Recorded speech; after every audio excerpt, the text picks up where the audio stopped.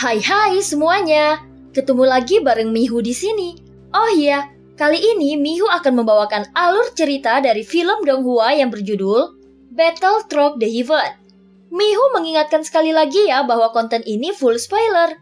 Mari siapkan cemilannya dan mari kita mulai alur ceritanya. Melanjutkan dari kisah sebelumnya. Orang yang sangat kuat. Mungkinkah dia reinkarnasi dari Zuzang yang legendaris? Segera beritahu semua tim terdekat untuk memperkuat dan menekan orang ini. Ucap seorang Kapten Taisu akhirnya angkat bicara melihat Xiaoyan tak terhentikan. Dia masih tidak berani untuk mundur dan segera membuat pengaturan. Pada saat ini, ada bala bantuan terbaru telah tiba. Dan ada 5 bala bantuan lain di dekatnya. Tahan dia. Tunggu sampai jenderal yang lebih kuat datang. Lalu gunakan kekuatan suci Taisu untuk membunuh orang ini. Ucap Komandan Taisu. Prajurit Taisu datang lapis demi lapis. Tetapi tidak banyak waktu berlalu. Saat ini Taisu telah kehilangan hampir 1.000 prajurit. Kekuatan tempur Xiaoyan bahkan lebih mengerikan dari yang mereka bayangkan. Pakaian di tubuhnya sudah robek. Bagian atas tubuhnya telah telanjang, memperlihatkan tubuhnya yang sangat kokoh. Tinju yang terkepal tampak lebih menakutkan daripada senjata tajam apapun. Saat ini Taisu tidak lagi berani melangkah maju dengan mudah. Tetapi jika mereka tidak maju, Xiaoyan akan bergerak mengejar mereka untuk membunuh. Untuk sesaat, sosok Xiaoyan seperti jiwa pembunuh di udara. Prajurit Taisu yang telah berkerumun sebelumnya telah menjauhkan diri dari Xiaoyan. Dan sosok domain Xiaoyan dapat terlihat jelas di udara. Orang ini sangat kuat. Untuk melihat keberadaan seperti itu, sekali seumur hidup sudah cukup memuaskan hati. Aku benar-benar ingin tahu tentang level apa yang telah dicapai orang ini. Dia dapat mengabaikan semua pukulan dari pria berlapis baja. Kita semua tahu bahwa Dewa Dao tidak dapat menahan serangan dari orang-orang berlapis baja ini. Tetapi dia mampu membunuh satu orang dengan satu pukulan. Kekuatannya mungkin lebih tinggi daripada Dewa Dao. Ucap orang-orang yang menonton di bawah. Bagi mereka yang telah mengalami malapetaka, seperti melihat dewa pembunuh yang turun dari langit. Pada saat ini setengah dari mereka bahkan bersujud.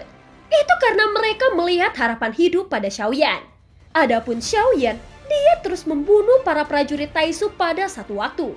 Pemahamannya tentang skill 82 tinju dewa menjadi semakin dalam. Sekarang dia menguasai setengah dari skill tinju dewa. Setiap kali dia mengayunkan pukulannya, akan ada ledakan darah dari prajurit Taisu. Sepertinya mereka sedang menunda-nunda. Mungkin bala bantuan Taisu akan segera tiba. Gumam Xiaoyan, tidak sulit baginya untuk menebak itu. Karena Komandan Taisu hanya mengirim beberapa prajurit secara bergiliran, daripada mengirim semuanya secara langsung. Keabadian fisik Taihe yang kutemui sebelumnya sangat besar setelah kematiannya. Juga Chimi telah menjadi bentuk besar ketika bertarung melawan Pangeran Taisu sebelumnya. Jika itu adalah salah satu kartu truf keabadian fisik, seharusnya avatar Yuan Senku dapat melakukan hal yang sama. Ucap Xiaoyan berpikir di dalam hatinya. Sayangnya Chimi tidak ada di sini, jadi dia hanya bisa mencobanya sendiri. Aku selalu merasa bahwa energi darah di tubuh Yuan Shen belum sepenuhnya meledak. Hanya saja bagaimana aku harus menggunakan energi darah ini. Ucap Xiaoyan berpikir sambil bertarung. Tanpa disadari, ribuan Taisu sudah diratakan. Xiaoyan masih tidak terbendung dan Taisu tidak memiliki cara untuk menghentikannya. Di bawah tinju Xiaoyan, mereka semua seperti semut tampak rentan terhadap satu pukulan. Tetapi pada saat ini, terdengar semburan suara menderu dari atas langit. Seluruh udara menjadi suram.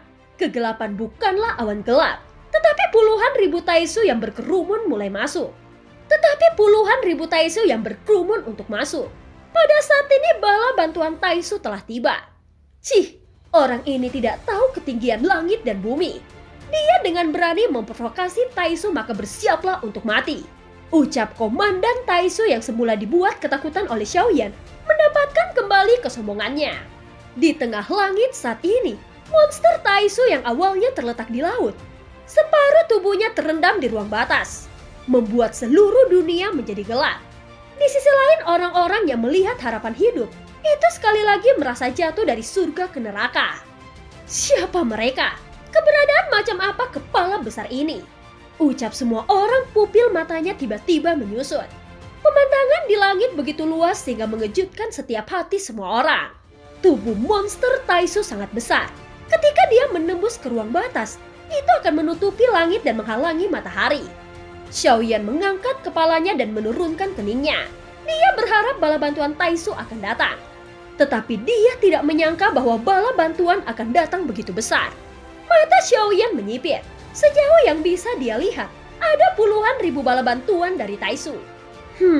Sepertinya bukan kebetulan bahwa ada begitu banyak prajurit Taisu. Jadi kelihatannya, mereka sudah membuat perintah sejak awal untuk pengejaran tubuh asliku. Ucap Xiaoyan sambil melihat banyak sosok yang tersapu di udara. Mereka seperti jaring besar benar-benar menghalanginya di dalamnya. Sudah berakhir. Untuk saat ini mereka adalah bala bantuan pasukan berlapis baja. Ada terlalu banyak dari mereka. Bagaimana mungkin orang kuat ini bisa menghadapinya sendirian?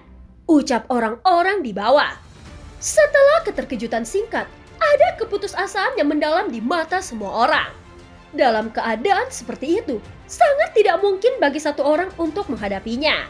Ya, mereka terlalu banyak. Tidak ada harapan hidup hari ini. Alam yang kita tinggali pasti akan binasa.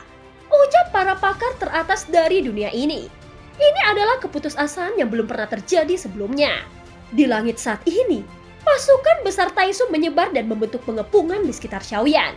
Seolah-olah mereka takut Xiaoyan akan melarikan diri. Tidak peduli dari mana asalmu. Karena kau berani memprovokasi Taisuku, maka bersiaplah untuk kematian. Ucap seorang kapten Taisu yang semula ketakutan itu.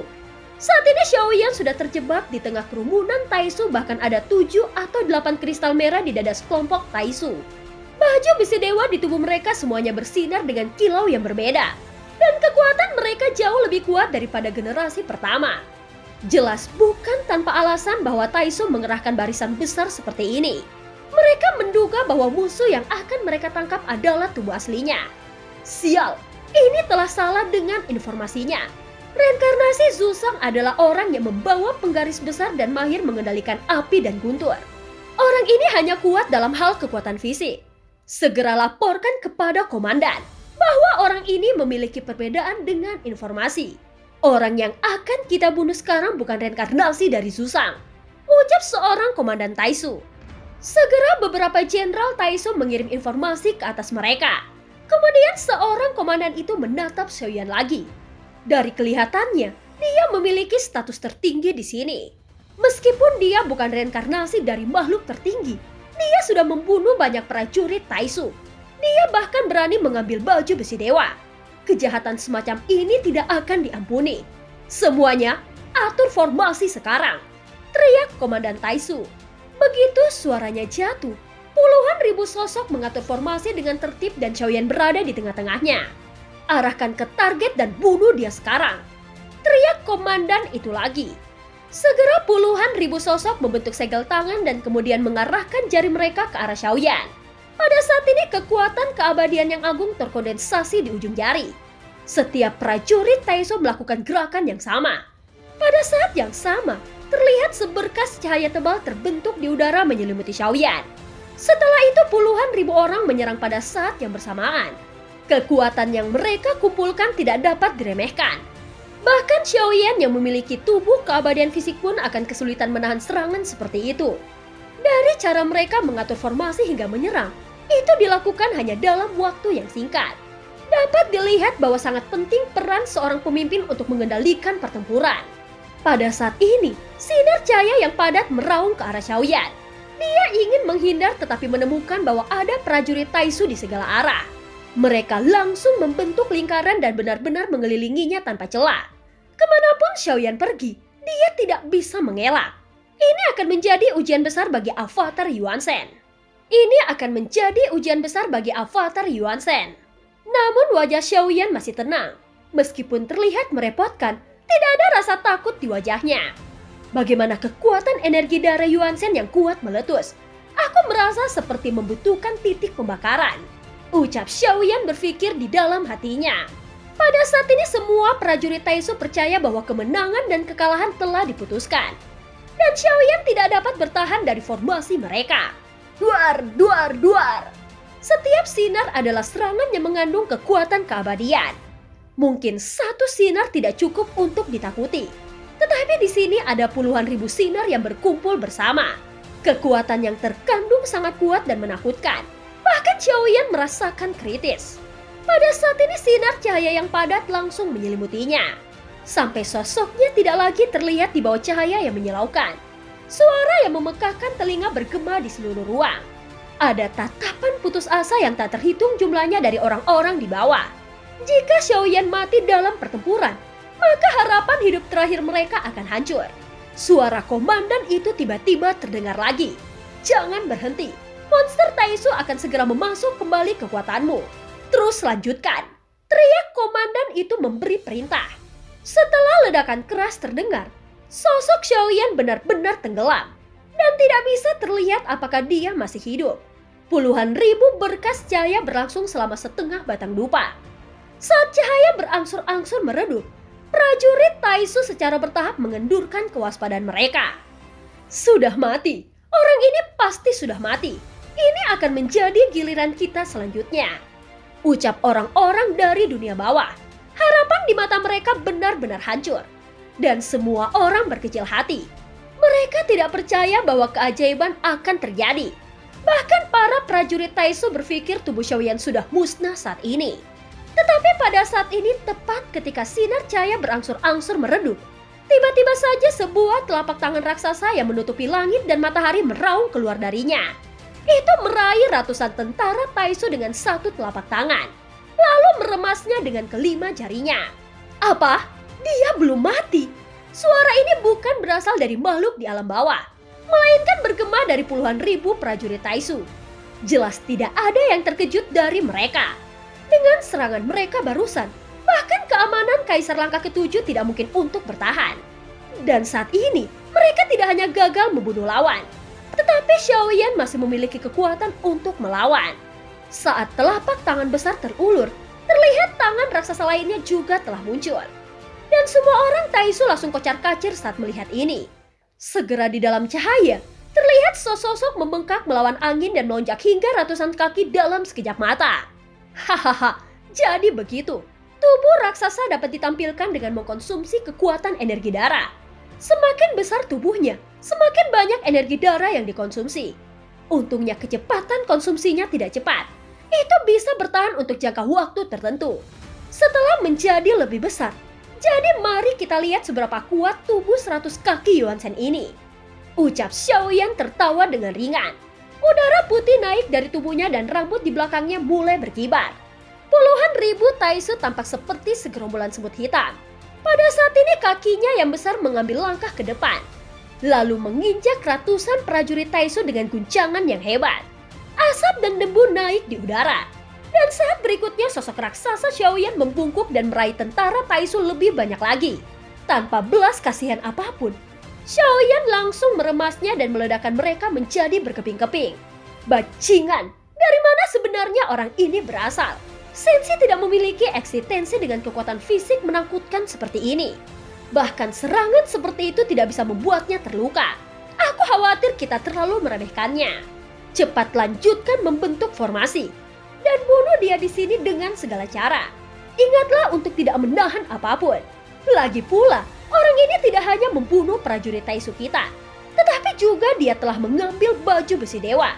Mereka yang berani mencuri baju besi dewa harus dibasmi, ucap sang komandan Taisu. Hei, lihat, kekuatan orang ini terlalu mengerikan. Jika kita ingin membunuhnya, kita hanya bisa menggunakan kekuatan monster Taisu. Kalau tidak, semakin lama kita menundanya, semakin besar kerugian kita, ucap seorang kapten lainnya. Mereka para komandan Taisu hanya menonton pertempuran di belakang puluhan ribu tentara. Xiaoyan tahu bahwa pada saat ini, sekelompok Taisu dikendalikan oleh seseorang dari belakang. Tetapi itu tidak masalah. Pada saat ini dia menikmati pembantaian massal. Xiaoyan mengayunkan tinjunya yang seperti gunung dengan liar. Dan ketika jatuh ke tanah, akan ada ratusan Taisu yang langsung hancur di tempat. Inilah arti dari membunuh sekelompok semut yang sebenarnya.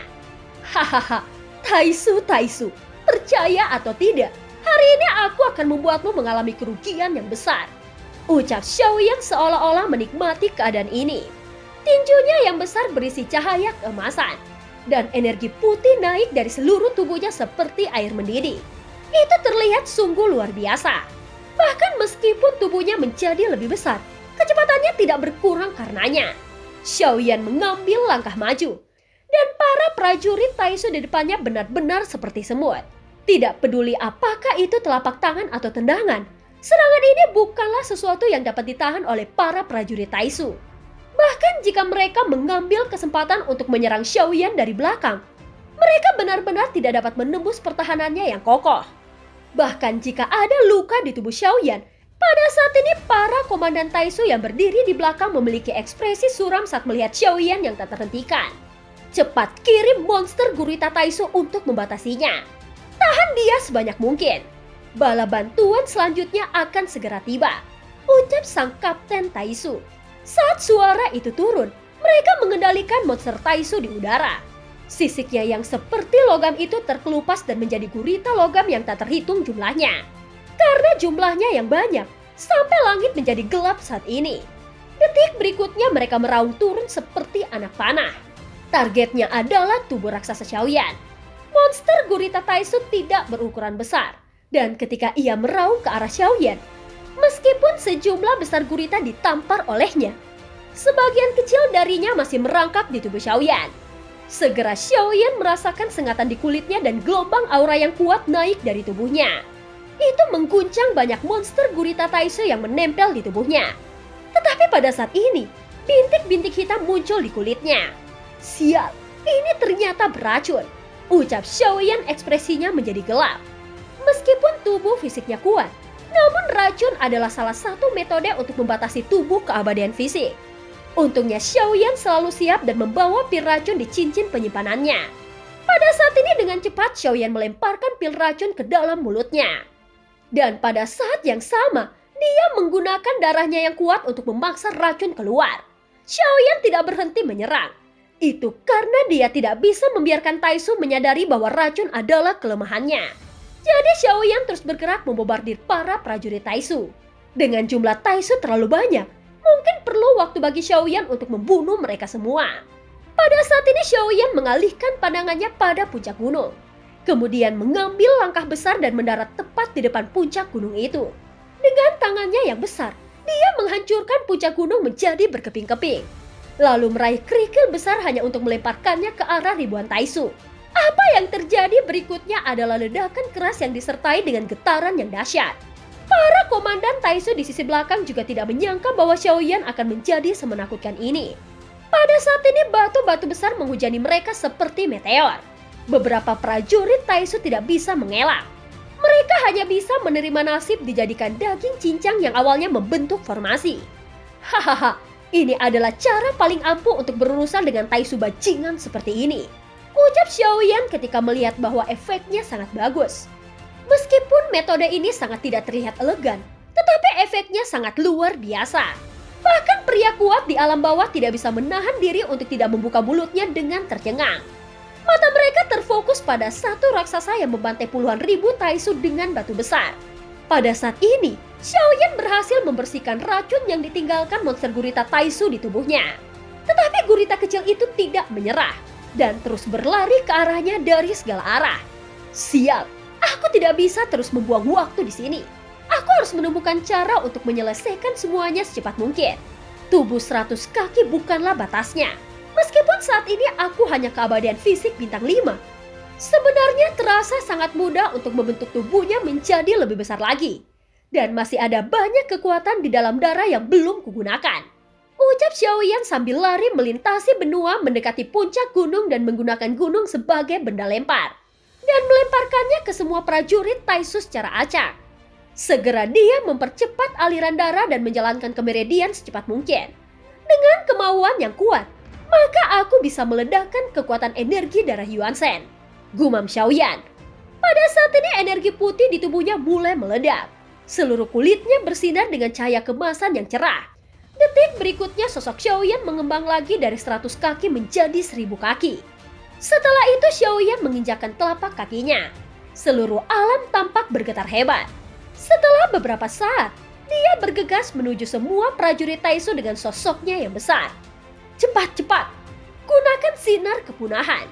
Teriak Komandan Taisu menjadi sangat panik. Ketika sosok Xiaoyan melonjak hingga 1000 kaki, beberapa komandan Taisu sudah bergerak menuju monster Taisu. Mereka tidak berani menunda. Itu karena mereka merasakan ancaman yang kuat.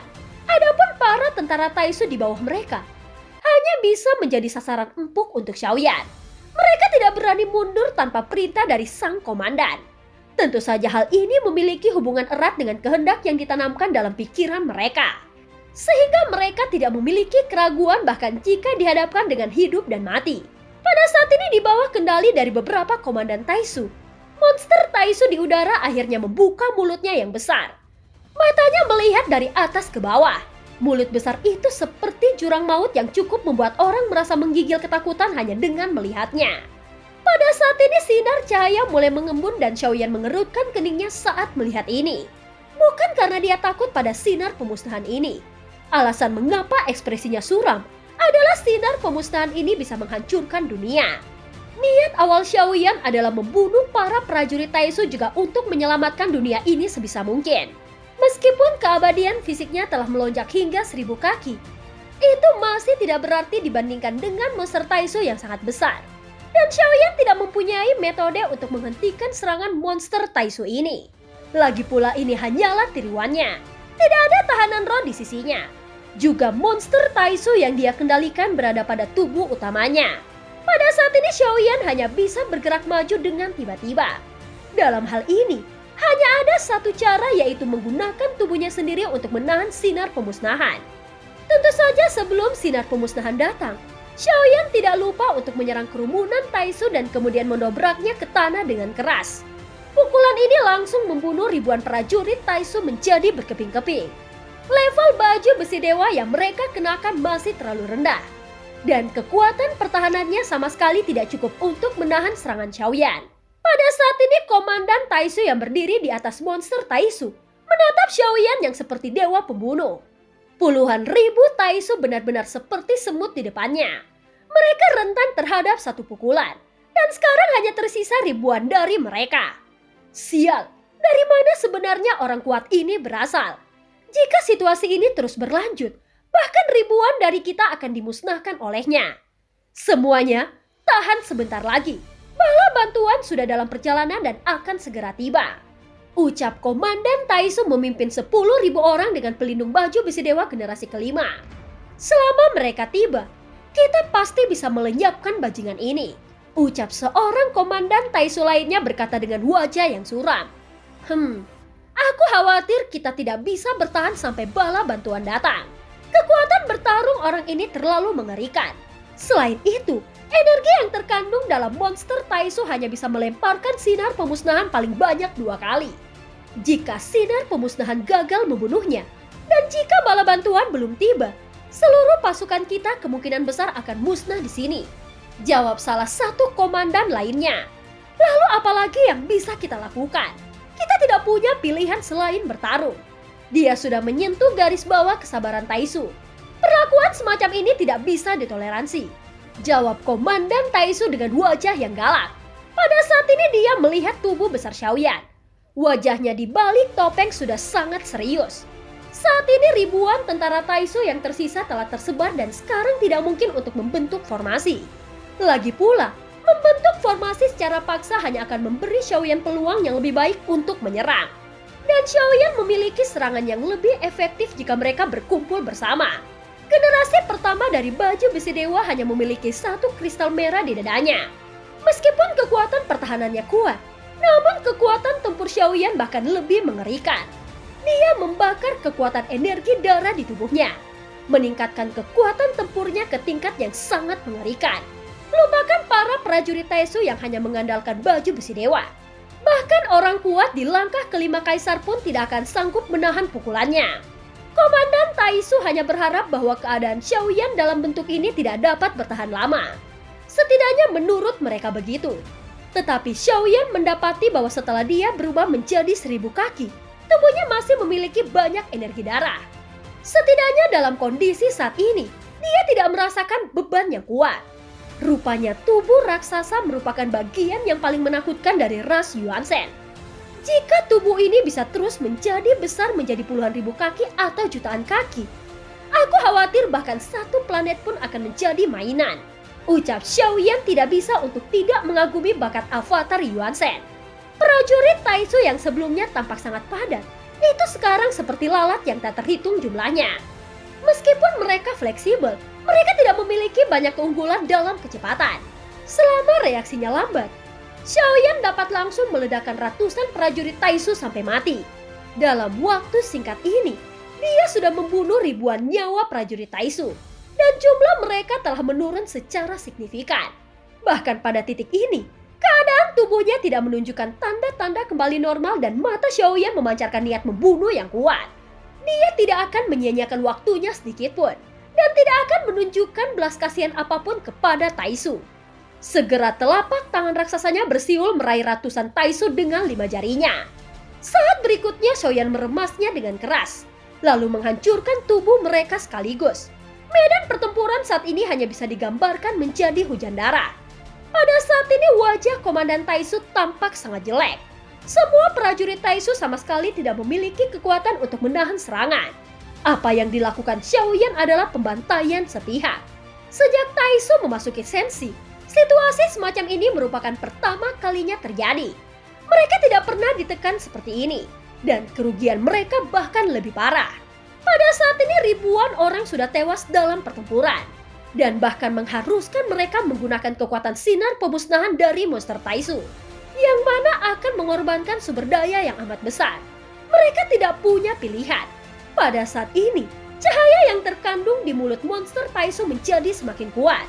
Selama momen persiapan ini, Xiaoyan sudah membunuh banyak prajurit Taisu. Meskipun tidak setinggi monster Taisu dalam hal ukuran, tubuhnya yang 1000 kaki sudah cukup untuk menutupi langit dan matahari.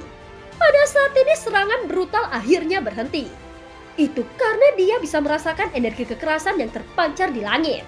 Mengikuti pandangannya, terlihat sinar pemusnahan di mulut monster Taisu akhirnya terbentuk sempurna.